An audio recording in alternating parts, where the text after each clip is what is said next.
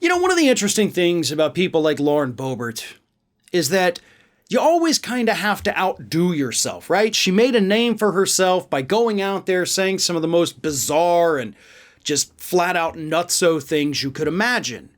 So in order for her to keep the spotlight on her and not let it go to, say, a Marjorie Taylor Greene or a Matt Gaetz or somebody like that, you have to keep one-upping yourself. And that's always been the problem, by the way, that the Republicans have had. That's why your fly-by-nighters, your Ann Coulters, your Tomi Lahrens, your Candace Owens, that's why those people always kind of seem to come and go from the party with relative quickness, because it's very difficult to always outdo yourself by saying something even crazier than what you had said last time that got you in the headlines. But Lauren Bobert, she's still got some juice in the machine, right? So she does an interview with Newsmax recently where she claims that because Venezuela has gun control, people have started eating dogs. Now, let me read her statement. Her statement, of course, was in response. She's doing a Newsmax segment with the Seb Gorka.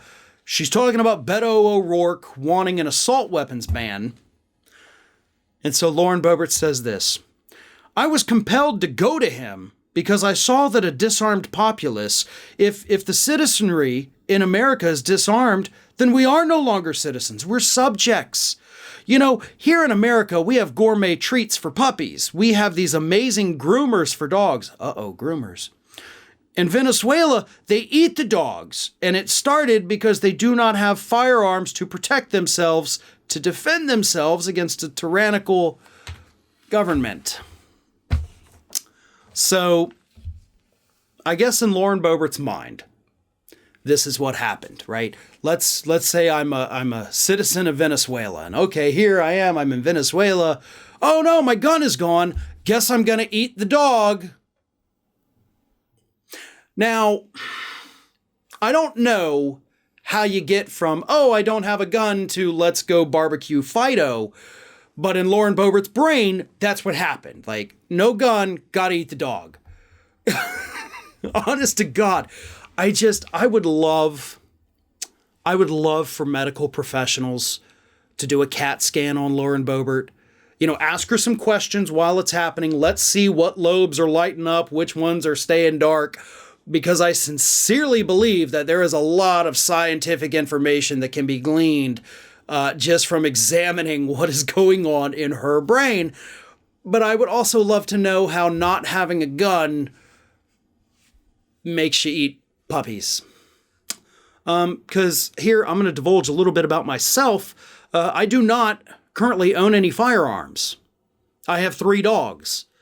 I have never once looked at my dogs and thought, well, I don't have a gun, so I sure would like to eat you. That's not how my brain works. And believe it or not, that's also not how the brains of any Venezuelans works. There was a report that actually came out years and years ago, before whatever it is Bobert's even trying to talk about here, that said that yes, poor people in Venezuela have in fact had to eat dogs. Like, they had a stray dog problem, and then people started eating the dogs. That was actually reported at the time, I think back in 2018. So yeah, that's a thing that happened, but there is nothing linking it to these people not having guns.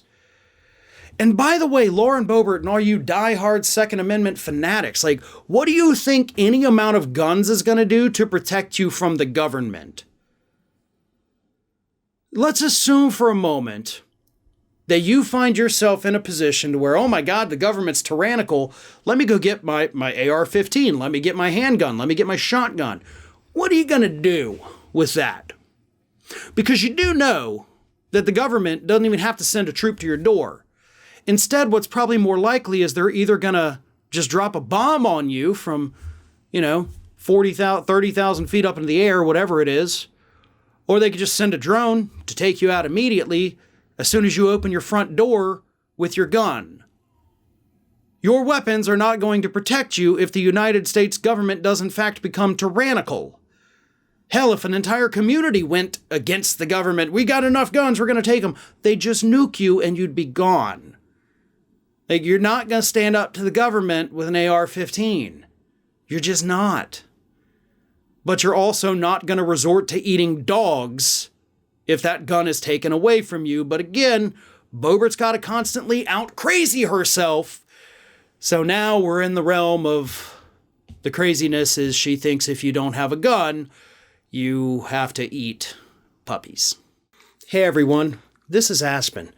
And did you know that for the low cost of $0 per day, you can subscribe to the Fair and Balanced YouTube channel.